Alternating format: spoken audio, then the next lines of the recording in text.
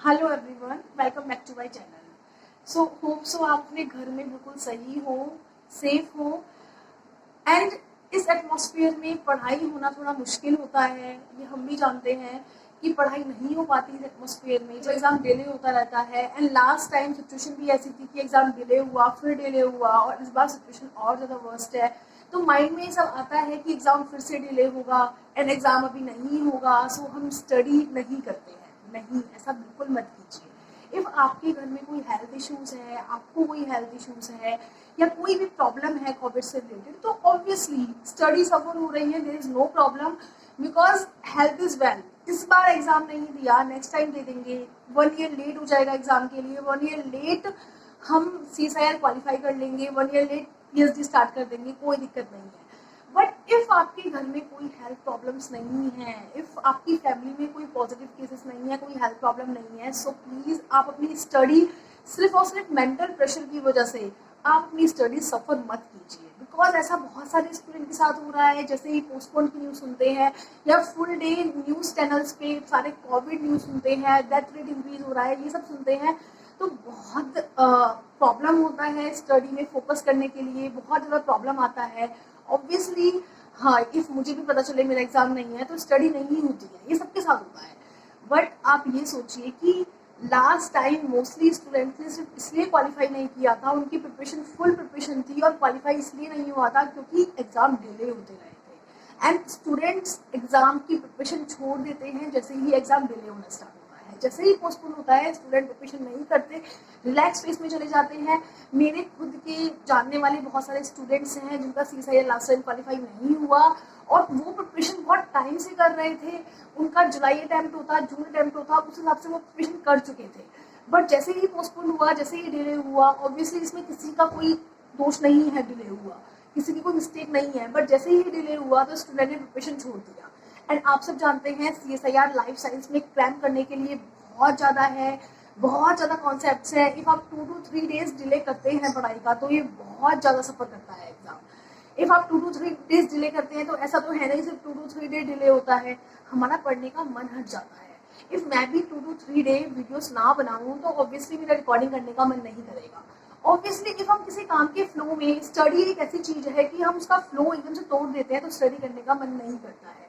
मेरी खुद की सिस्टर है, वो CA कर रही है, उसका फाइनल अटैम्प्ट है, बट जैसे ही ICAI की तरफ से नोटिफिकेशन आया कि नहीं एग्जाम अभी पोस्टपोन्ड है और पता भी नहीं है कब होंगे, तो पहले वो 15 to 16 आवर्स इजीली पढ़ लेती थी क्योंकि उसको CA फाइनल निकालना था। बट जैसे ही एग्जाम पोस्टपोन की डिटेल्स आई तो उसने पढ़ना बिल्कुल छोड़ दिया। Full days movies, web series, वही सब बातें करना, एग्जाम पढ़ाई बिल्कुल छोड़ दिया, जिसकी वजह से अब उसको फिर से स्टार्ट करना है तो उसके लिए बहुत प्रॉब्लम आ रही है।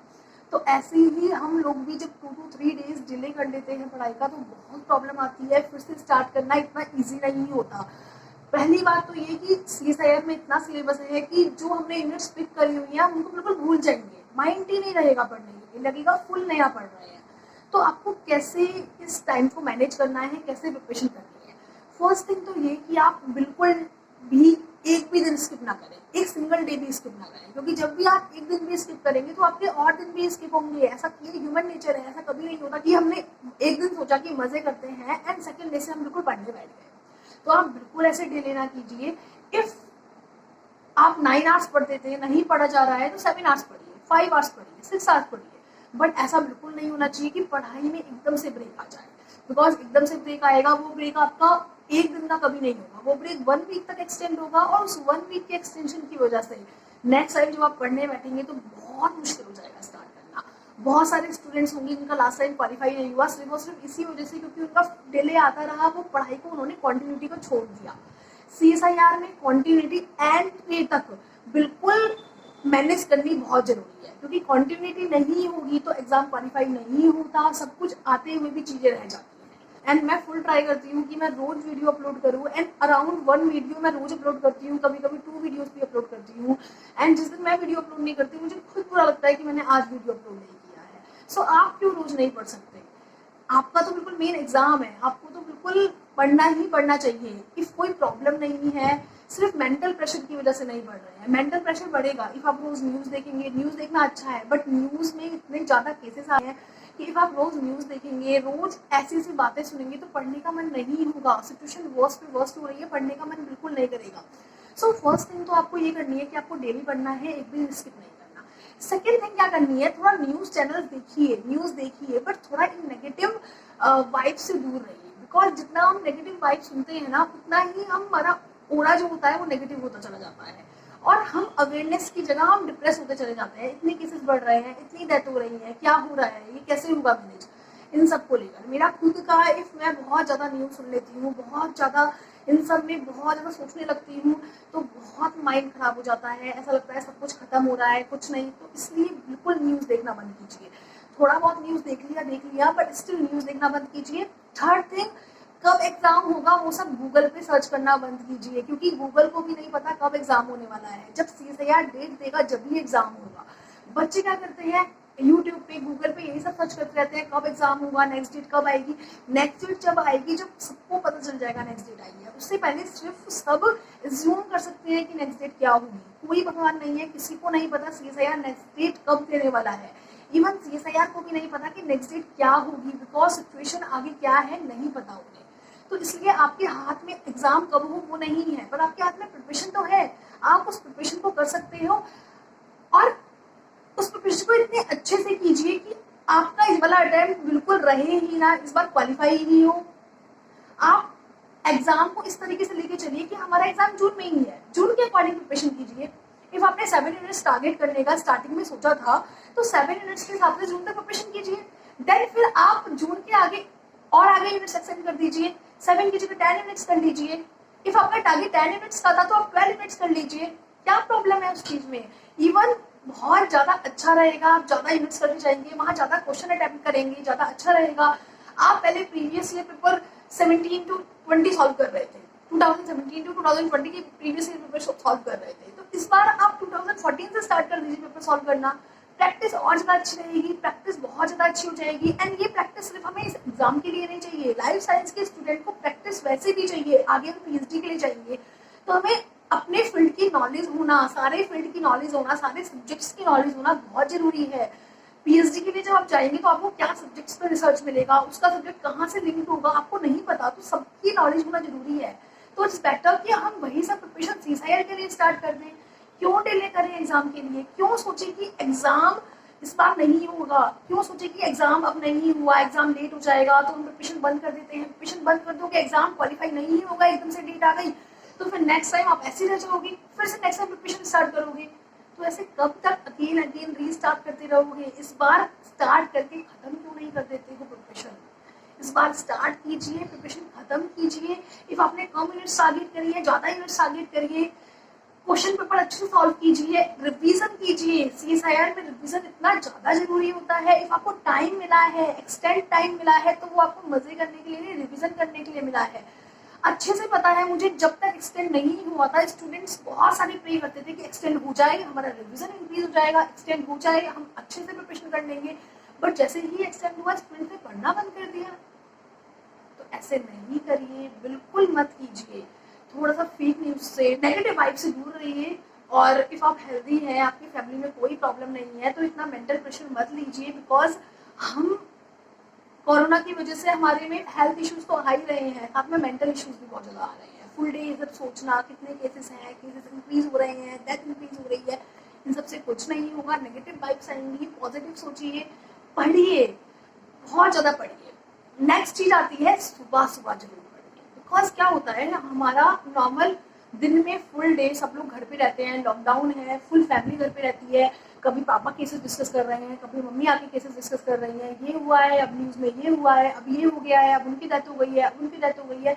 तो इस वजह से फुल डे बहुत नेगेटिव वाइब्स आती है। तो इफ आप सुबह सुबह 5 बजे उठ के आप स्टडी करेंगे 3 आवर्स की, तो आपका फुल डे जो माइंड सेट है ना, वो स्टडी का रहेगा। आपको लगेगा मुझे स्टडी करनी चाहिए। बट क्या हो रहा है, लॉकडाउन की वजह से सब लोग लेट उठ रहे हैं, 7 to 8 उठते हैं, उठ के 9 तक न्यूज सुनने बैठ जाते हैं। न्यूज सुनी, सब कुछ खत्म, अब तो कोविड आ गया है, अब तो कुछ नहीं होने वाला। सो स्टार्ट करने से क्या फायदा? स्टडी अब स्टार्ट करूंगा, फिर एग्जाम पोस्टपोन हो जाएंगे, स्टडी बेकार जाएगी, तो क्या फायदा स्टडी करने से? फिर ये सब थॉट्स आ जाते हैं। तो इससे अच्छा है कि आप सुबह सुबह 4 AM स्टडी स्टार्ट कीजिए। 4 AM स्टडी स्टार्ट करेंगे तो ऑब्वियसली आपकी 3 आवर की शिफ्ट सुबह सुबह निकल जाएगी, और एक बार 3 आवर की शिफ्ट सुबह सुबह निकल गई तो आपका फुल डे पढ़ने में मन रहेगा। फिर आपके दिन में थोड़ा बहुत पढ़ाई सफर होती भी है तो इतना आपको प्रॉब्लम नहीं होगा। सुबह जरूर पढ़िए, क्योंकि सुबह पढ़ने से बहुत ज़्यादा पढ़ाई का ऑरा बन जाता है, और एक बार पढ़ाई का ऑरा बन जाता है तो फिर फुल डे स्टडी हो जाती है। और बिल्कुल ब्रेक मत लीजिए। किसी दिन आपको लगता है कि आज मेरी हालत नहीं है पढ़ने वाली, या आज घर में एटमॉस्फेयर नहीं है पढ़ने वाला, सो अच्छा रहेगा कि आप 2 to 3 आवर्स की स्टडी जरूर करें। चाहे फुल डे ना पढ़े, बट उस दिन भी 2 to 3 आवर की स्टडी जरूर करें, बिकॉज उस दिन की स्टडी का ब्रेक हमारा नेक्स्ट डे ब्रेक एक्सटेंड होगा, फिर थर्ड डे ब्रेक एक्सटेंड होगा, ऐसे आपका ब्रेक एक्सटेंड होता चला जाएगा। सो आपको यही सजेस्ट किया जाता है कि कंटिन्यूटी रखिए, बिल्कुल भी नेगेटिव मत होइए, कंटिन्यूटी रखिए, अपनी हेल्थ का ध्यान रखिए, बाहर मत जाइए। आपके पास इतना अच्छा मौका है, बाहर नहीं जाना है, बहुत अच्छे से घर पे स्टडी कर सकते हैं। BSc थर्ड ईयर के लिए, MSc फर्स्ट ईयर के लिए, MSc सेकेंड ईयर के लिए, MSc के फर्स्ट एंड सेकेंड सेमेस्टर के लिए, सबके लिए इतना अच्छा टाइम है कि वो इजिली प्रिपरेशन कर सकते हैं। बिकॉज कॉलेजेस नहीं खुल रहे हैं, बहुत सारे कॉलेजेस में स्टडी भी स्टार्ट नहीं हुई है, बहुत सारी यूनिवर्सिटीज में स्टडी भी स्टार्ट नहीं करी है, तो सिंपल आप लोग इजिली पढ़ सकते हैं। आप लोग इजिली अपने घर पे प्रिपरेशन स्टार्ट कर सकते हैं CSIR की, बहुत आसानी से। जब आपका प्रेशर नहीं होगा ग्रेजुएशन का, पोस्ट ग्रेजुएशन का, बहुत इजीली CSIR की प्रिपरेशन स्टार्ट कर देंगे, और अभी से स्टार्ट करेंगे तो नेक्स्ट सेमेस्टर तक बहुत इजीली क्वालिफाई हो जाएगा। और नेक्स्ट सेमेस्टर क्यों, अभी भी आपके पास टाइम है, आप बहुत इजीली क्वालिफाई कर सकते हैं। आपको कोई टॉपिक की प्रॉब्लम है, आप टॉपिक मेल कीजिए। हाँ, थोड़ा टाइम लगता है मुझे उस टॉपिक को स्टार्ट करने में, बिकॉज दूसरा टॉपिक चल रहा होता है, तो एकदम से माइंडसेट नहीं होता उस टॉपिक को स्टार्ट करने का, बट स्टिल मैं पूरी कोशिश करती हूँ कि मैं रोज एक वीडियो अपलोड करूँ।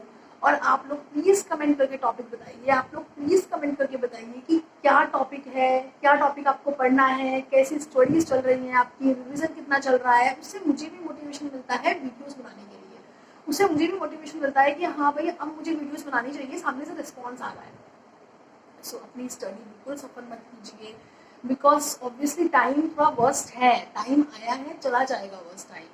घर में हेल्थ प्रॉब्लम है, अपनी हेल्थ पे ध्यान दीजिए, बट इफ कोई प्रॉब्लम नहीं है so focus on the studies. ये ना हो कि नेक्स्ट टाइम भी आप यही अटेम्प्ट दे रहे हैं, नेक्स्ट टाइम सोच रहे हैं कि कोरोना नहीं आता तो मेरी स्टडी हो जाती। अरे कोरोना आया है तो भी आपकी स्टडीज हो सकती है। आप घर रहिए, स्टडीज कीजिए, अच्छे से पढ़िए, चीज़ों को अगेन एंड अगेन रिवाइज कीजिए, सारे सब्जेक्ट्स कवर कीजिए। 13 यूनिट्स हैं, 13 की 13 यूनिट्स कवर कीजिए, रिवीजन कीजिए 4 to 5 टाइम्स, अपने सारे previous year paper question solve कीजिए और अच्छे से एग्जाम को क्वालिफाई कीजिए। So best of luck.